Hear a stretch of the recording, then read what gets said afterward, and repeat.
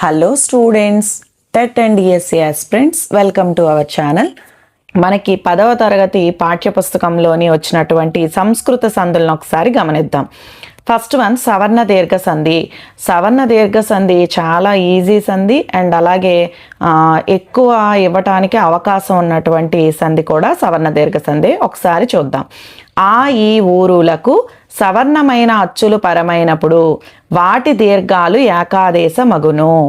ఆ ఈ ఊరులకు సవర్ణమైన అచ్చులు, సవర్ణం అంటే అదే వర్ణం అన్నమాట. అంటే ఆకి ఆ, ఈకి ఈ, ఊకి ఊ, అరుకి అరు, ఈ విధంగా ఆ ఈ ఊరులకు అవియే అచ్చులు పరమైనప్పుడు వాటి దీర్ఘాలు ఏకాదేశ మగును. అంటే వాటి దీర్ఘాలు అంటే ఇక్కడ మీరు ఉదాహరణ ఒకసారి గమనించండి. ధర్మాత్ముడు అన్నాం.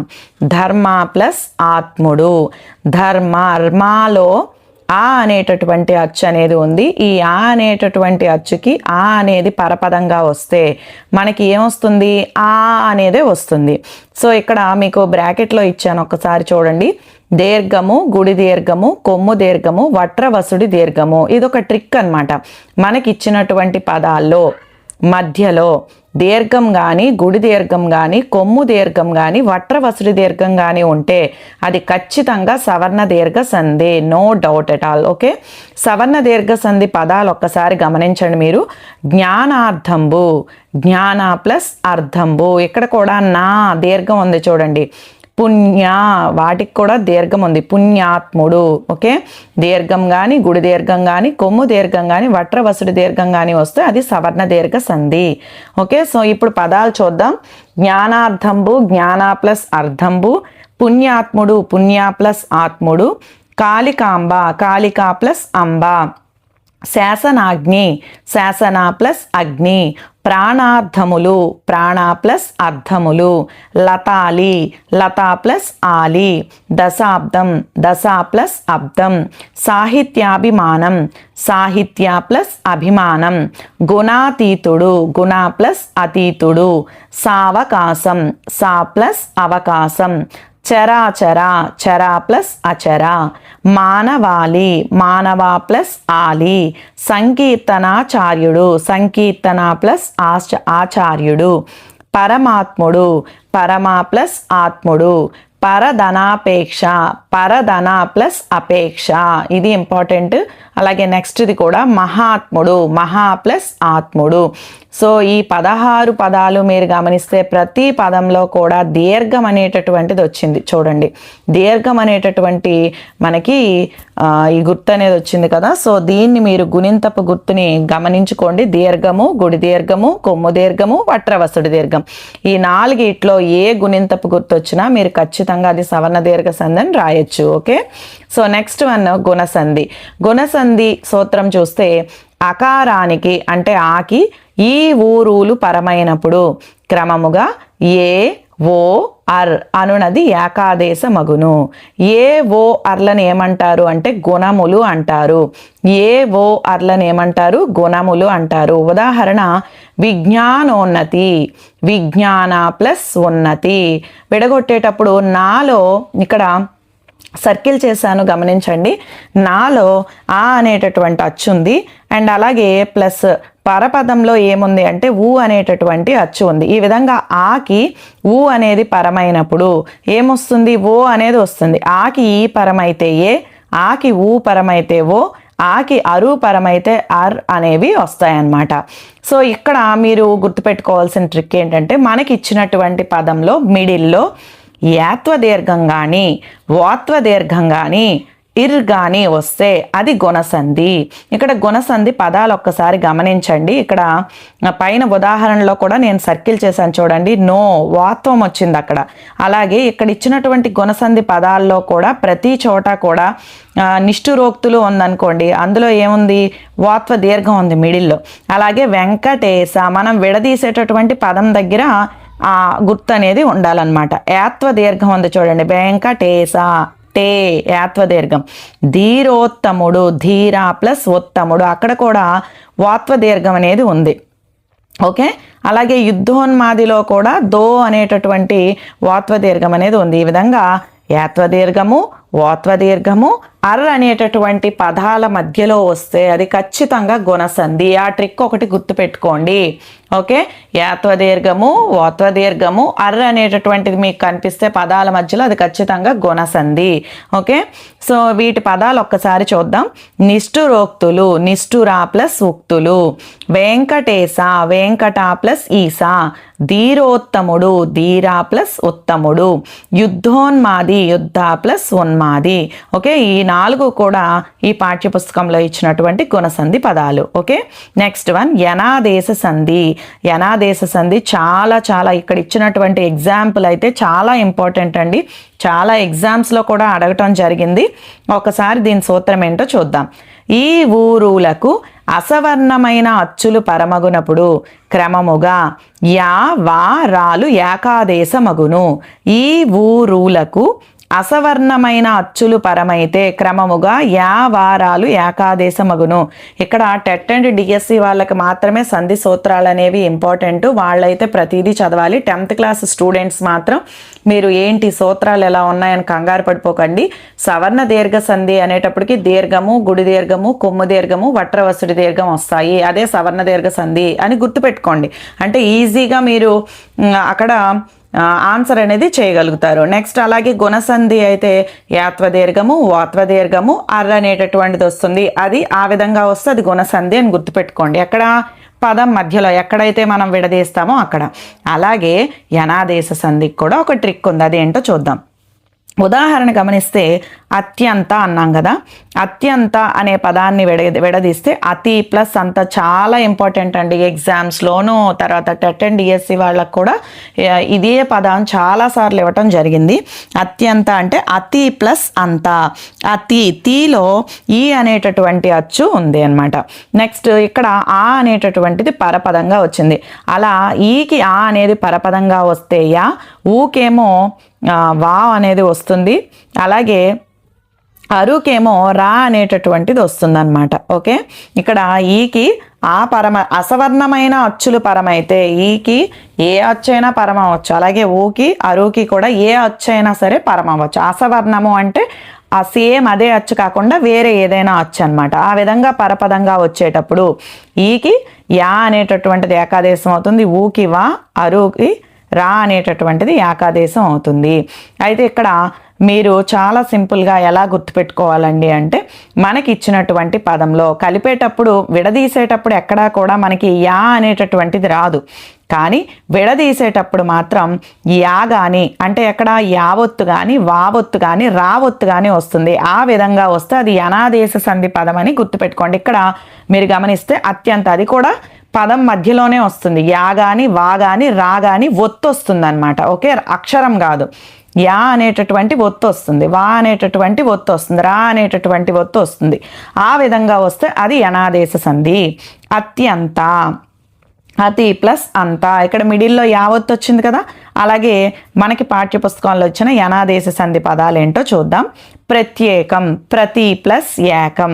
ఇక్కడ ఈకి ఏ పరమైంది కాబట్టి యా అనేటటువంటిది వచ్చింది. యా ప్రత్యేకం. ఓకే, యా అనేటటువంటి ఒత్తు వచ్చింది. అలాగే అభ్యంతరం, అభి ప్లస్ అంతరం. ఇక్కడ కూడా యా అనేటటువంటి ఒత్తే వచ్చింది. విడదీసేటప్పుడు ఏదైతే ఒత్తు వస్తుందో అది మీరు గమనించాలి. సో ఈ విధంగా యా గాని వా గాని రా గాని ఒత్తులు వస్తే అది యనాదేశ సంధి అని గుర్తుపెట్టుకోండి. ఓకే, నెక్స్ట్ వన్ అనునాసిక సంధి. అనునాసిక సంధి సూత్రం ఏంటో చూద్దాం. వర్గ ప్రథమాక్షరాలకు నా మా అను వర్ణాలు పరమైనచో ఆ వర్గం యొక్క అనునాసికాలే ఆదేశమగును. వర్గ ప్రథమాక్షరాలు ఏంటి? వర్గ ప్రథమాక్షరాలు అంటే కా, చా, టా, తా, ప, పరుషాలు అంటాం కదా అవి. వర్గ ప్రథమాక్షరాలకు లేదా పరుషాలకి నా మా అనేటటువంటి వర్ణాలు పరమైతే ఆ వర్గం యొక్క అనునాసికాలే ఆదేశమగును. ఇక్కడ ఆ వర్గం యొక్క అనునాసికాలంటే ఏంటి? అనునాసికాలంటే ఞ, ఇనే, అన, నా, మా. మనకి వచ్చినటువంటి వర్గ పంచమాక్షరాల్ని అనునాసికాలు అంటారు. వర్గాలంటే కా, ఖ, గా, ఘ, ఇఞ అని మనం చెప్పుకుంటాం కదా. ఈ చివరి వచ్చేటటువంటివి వర్గ పంచమాక్షరాలు అనమాట. ఈ వర్గ పంచమాక్షరాలనే మనం అనునాసికాలు అంటాం. ఇక్కడ ఎగ్జాంపుల్ చూడండి. వాంగ్మయము, వాంగ్మయము అంటే ఇక్కడ ఈ వాంగ్మయాన్ని విడదీస్తే వాక్ ప్లస్ మయము. ఇక్కడ మీరు సర్కిల్లో గమనించండి, ఇక్ అనేటటువంటిది ప్రథమాక్షరం, కచ్చటతపల్లో కా కదా ప్రథమాక్షరం. అలాగే నా గాని మా గాని పరమవ్వాలన్నాం. ఇక్కడ మా అనేటటువంటిది పరపదంగా వచ్చింది. ఇప్పుడు కాకి వచ్చినటువంటి అనునాసిక అక్షరం ఏంటి? ఇంజ్ఞ కదా, కాబట్టి ఇంజ్ఞ అనేటటువంటిది వచ్చింది కాబట్టి వాంగ్మయము అయ్యింది. ఇక్కడ మీరు గమనిస్తే కాకి ఇంజ్ఞ వస్తుంది, చాకి ఇనే వస్తుంది, టాకి అనా వస్తుంది, తాకి నా, పాకి మా, ఈ విధంగా వస్తాయన్నమాట. నెక్స్ట్ అనునాసిక సంధి పదాలేంటో చూద్దాం. రాన్ మహేంద్రవరం, రాట్ ప్లస్ మహేంద్రవరం. జగన్నాథుడు, జగత్ ప్లస్ నాథుడు. అమ్మయము, అప్ ప్లస్ మయము. జగన్నివేశ, జగత్ ప్లస్ నివేశ. దిక్మండలము, దిక్ ప్లస్ మండలము. రాన్మణి, రాట్ ప్లస్ మణి. సో ఈ విధంగా ఇవి అనునాసిక సంధి పదాలు అనేవి అవుతాయన్నమాట. ఏవైతే మీకు ఇంజ్ఞ, ఇనే, అన, నా, మా అనేటటువంటి పదాలు మిడిల్లో వస్తాయో అవి మీరు గమనించండి. సో ఆ విధంగా విడగొట్టేటప్పుడు ఆ విధంగా వస్తే అవి అనునాసిక సంధి పదాలు అవుతాయి. నెక్స్ట్ వన్ విసర్గ సంధి. విసర్గ సంధి సూత్రం ఏంటో చూద్దాం. అకారాంత పదాల విసర్గకు శేషాసాలు వర్గ ప్రథమ ద్వితీయ అక్షరాలు. వర్గ ప్రథమ ద్వితీయ అక్షరాలు అంటే ప్రథమ అంటే ఏంటో చెప్పుకున్నాం మనం, కా, చ, ట, త, ప. ద్వితీయ అక్షరాలు అంటే ఒత్తక్షరాలు అనమాట, ఖ, చ, ఠ, థ, ఫ. సో ఇవి కాకుండా మిగతా అక్షరాలు కలిస్తే అకారాంత పదాల మీదున్న విసర్గ ఓకారంగా మారింది. ఇక్కడ విసర్గ సంధికండి 6 సూత్రాలు ఉన్నాయి. 6 సూత్రాలు టెట్ అండ్ డిఎస్సి వాళ్ళకి ఇంపార్టెంట్. 10th క్లాస్ స్టూడెంట్స్కి అయితే ఇవి ఏవి కూడా అవసరం లేదు. ఒకవేళ మీకు లైవ్ క్లాస్ ఏమైనా కావాలి, విసర్గ సంధి నెక్స్ట్ మిగతా సంధులు కూడా అవసరం అనుకుంటే కనుక కామెంట్ సెక్షన్లో కామెంట్ చేయండి. మళ్ళీ దీని గురించి సపరేట్గా ఇంకో క్లాస్లో నేను వివరిస్తాను. సో ఇప్పటికైతే ఈ విధంగా చెప్తున్నాను. విసర్గ సంధి అంటే అకారాంత పదాల విసర్గకు. అకారాంత పదం అంటే శిరహ అనేటప్పుడు అక్కడ అకారాంత పదం విసర్గం వచ్చింది. శేషాసాలు, శేషాసాలు కానీ వర్గ ప్రథమ ద్వితీయాక్షరాలు కాకుండా మిగతా అక్షరాలు గనక వస్తే అకారాంత పదాల మీద ఉన్న విసర్గ ఎలా మారుతుంది? ఓకారంగా మారుతుంది. ఇక్కడ మనం ఉదాహరణ గమనిస్తే మీకు ఈజీగా అర్థమవుతుంది. శిరోరత్నం అనేటటువంటి పదం ఉందనుకోండి, అక్కడ విడదీసేటప్పుడు శిరహ ప్లస్ రత్నము అన్నాం. ఈ శిరహ అనేది అకారాంత పదం అన్నమాట, అకారాంతంతో కూడినటువంటి పదం. ఈ అకారాంత పదాల విసర్గకు శేషాసాలు వర్గ ప్రథమ ద్వితీయాక్షరాలు కాకుండా వచ్చినటువంటి పదం ఏది? రా అనేటటువంటిది పరపదంగా వచ్చిందనమాట. శేషాసాల్లో ఉండదు అది. అలాగే ప్రథమ ద్వితీయాక్షరాల్లో కూడా రా అనేటటువంటి పదం లేదు కదా. సో ఆ విధంగా రా అనేటటువంటి పదం వచ్చింది, అది పరపదంగా వచ్చింది కదా. ఈ అకారాంత పదాల మీదున్న పదానికి ఆ విధంగా వేరే పదం అనేది కలిస్తే అకారాంత పదాల మీద ఉన్న విసర్గ ఎట్లా మారుతుంది? ఓకారంగా మారుతుంది. అందుకే శిరో అయిందనమాట. ఓకే, నెక్స్ట్ అలాగే తపోబలం, తపః ప్లస్ బలం. పయోనిధి, పయః ప్లస్ నిధి. వచో నిచయం, వచః ప్లస్ నిచయం. మీరు గమనిస్తే ఓత్వమే ఉంది చూడండి, పయో యో తపో వచో, ఓత్వం అనేదే ఉంది, ఓకారంగా మారిందనమాట. ఇక్కడ మొదటి ఉదాహరణ ఒకసారి మళ్ళీ గమనిద్దాం. తపోబలం, తపః ప్లస్ బలం. అకారాంత పదం ఉన్నటువంటి విసర్గ ఏది? తపః అనేది. దానికి మనకి పరపదంగా ఏమొచ్చింది? వర్గ ప్రథమ ద్వితీయాక్షరాలు కాదు, శేషాస కాకుండా బా అనేటటువంటి పదం వచ్చింది. ఈ విధంగా వచ్చేటప్పుడు ఆ అకారాంత పదాల మీద ఉన్నటువంటి విసర్గ ఎట్లా మారిపోయింది? విసర్గ పోయి వాత్వం వచ్చింది అనమాట. తపో పాకి వాత్వం వచ్చింది, తపో బలం అయిందనమాట. అది మొదటి సూత్రం, విసర్గ సంధి యొక్క మొదటి సూత్రం. నెక్స్ట్ విసర్గ సంధి యొక్క రెండో సూత్రం గమనిస్తే, విసర్గకు శేషాసాలతో సంధి జరిగిన శేషాసాలుగా మారును అన్నాడు. విసర్గకు శేషాసాలతో సంధి జరిగిన మరలా శేషాసాలే వస్తాయన్నమాట. మనశ్శాంతి ఉందనుకోండి, మనః ప్లస్ శాంతి. ఇక్కడ మనః అనేది విసర్గ సంధి పదం. నెక్స్ట్ సే అనేటటువంటి సంధితో, అదే పదంతో, అచ్చుతో మనకి మనశ్శాంతి ఉందనుకోండి, ఈ మనశ్శాంతి అనేది విడదీస్తే మనః ప్లస్ శాంతి అయింది. మనః అనేది విసర్గతో ఉన్నటువంటి పదం అన్నమాట. నెక్స్ట్ దీనికి సా అనేటటువంటి హల్లుతో గనక సంధి జరిగితే సా కింద సా అనేటటువంటి ఒత్తు వచ్చిందనమాట. ఆ విధంగా మనశ్శాంతి అయింది. నెక్స్ట్ అలాగే రెండవది గమనిస్తే చతుషష్ఠి, చతుహు ప్లస్ షష్ఠి, ఆ షా కింద షా వస్తుందన్నమాట. అలాగే నభస్సుమం, నభః ప్లస్ సుమం, ఓకే, నభః ప్లస్ సుమం. ఈ విధంగా రెండవ సూత్రం. నెక్స్ట్ మూడవది విసర్గకు కా ఖా పా పాలు పరమైతే విసర్గ అనేది మార్పు చెందదు. విసర్గకి కా ఖా పా పాలు అనేవి పరమైతే విసర్గలో ఎటువంటి మార్పు ఉండదన్నమాట. అదే విధంగా వస్తుంది యాజ్ ఇట్ ఈస్గా. ఇదైతే చాలా చాలా ఈజీ, ఎట్లా ఉన్నదో అట్లా రాయటమే. యసహ కాయము అన్నాడు, యసహ ప్లస్ కాయము. ఇక్కడ కాగాని ఖాగాని పాగాని ఫాగాని పరమైతే విసర్గ మార్పు చెందదన్నాం. కా పరపదంగా వచ్చింది విసర్గకు, కాబట్టి ఇక్కడ మార్పు చెందలేదు, యసః కాయము. నెక్స్ట్ తపః ఫలము, తపః ప్లస్ ఫలము, ఇక్కడ కూడా ఎటువంటి మార్పు లేదు. ఓకే, నెక్స్ట్ వన్ అంతః దు చతు ఆసి పునః మొదలైన పదాలకు వర్గ ప్రథమ ద్వితీయ అక్షరాలు శేషాసాలుగాక మిగతా అక్షరాలు కలిస్తే విసర్గ రేఫ అంటే ఇర్గా మారుతుందన్నమాట. అంతః దు చతు ఆసి పునః మొదలైనటువంటి పదాలకు వర్గ ప్రథమ ద్వితీయాక్షరాలు. ప్రథమ ద్వితీయాక్షరాలు అంటే కచడ తపలు ఖ ఖ ఖ ఛ ఠ థ ఫ అంటే రెండవ అక్షరాలు అన్నమాట. సో ఈ విధంగా ద్వితీయాక్షరాలు శేషాసాలుగాక మిగతా అక్షరాలు వాటికి కలిసాయి అనుకోండి, వర్గ ప్రథమ ద్వితీయాక్షరాలు శేషాసాలు కాకుండా మిగతా అక్షరాలు కలిస్తే విసర్గ అనేది ఇరుగా మారుతుందన్నమాట. అంటే మొదటి సూత్రం మనం చెప్పుకున్నాం కదా, అట్లానే ఉంటుంది, కాకపోతే ఈ పదాలతో ఉంటుందన్నమాట. అంతరాత్మ, అంతః ప్లస్ ఆత్మ.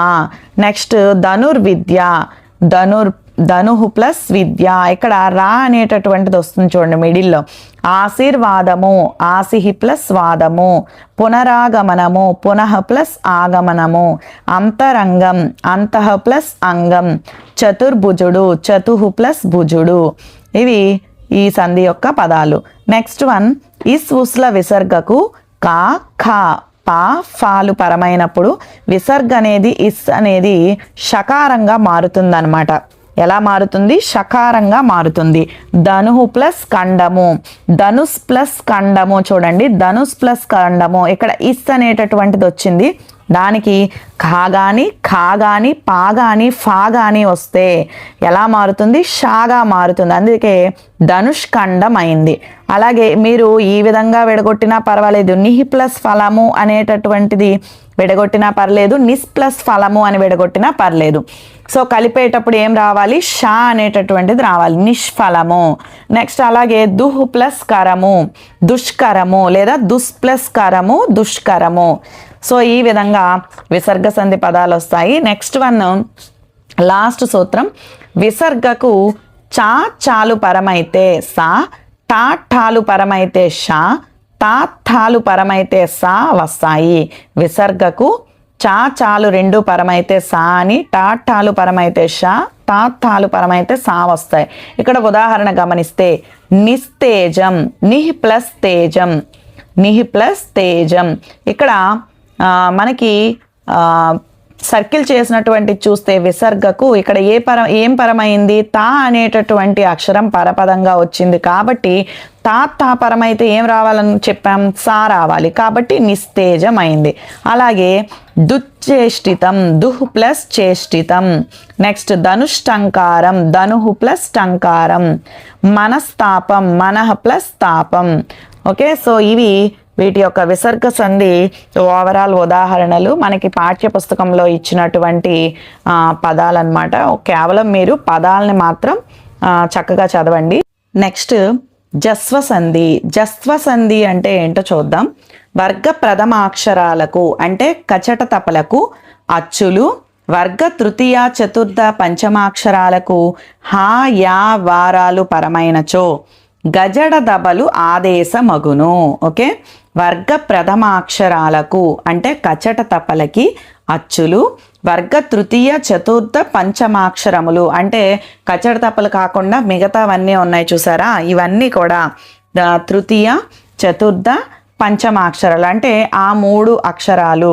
వర్గ తృతీయ అక్షరాలు అంటే గజడ దబలు, అలాగే వర్గ చతుర్థ అక్షరాలు అంటే ఘ ఝ ఢ ధ బ. నెక్స్ట్ అలాగే పంచమాక్షరాలు అంటే చెప్పుకున్నాం కదా అనునాసికాలు, ఇఞ ఇనే అన నా మా.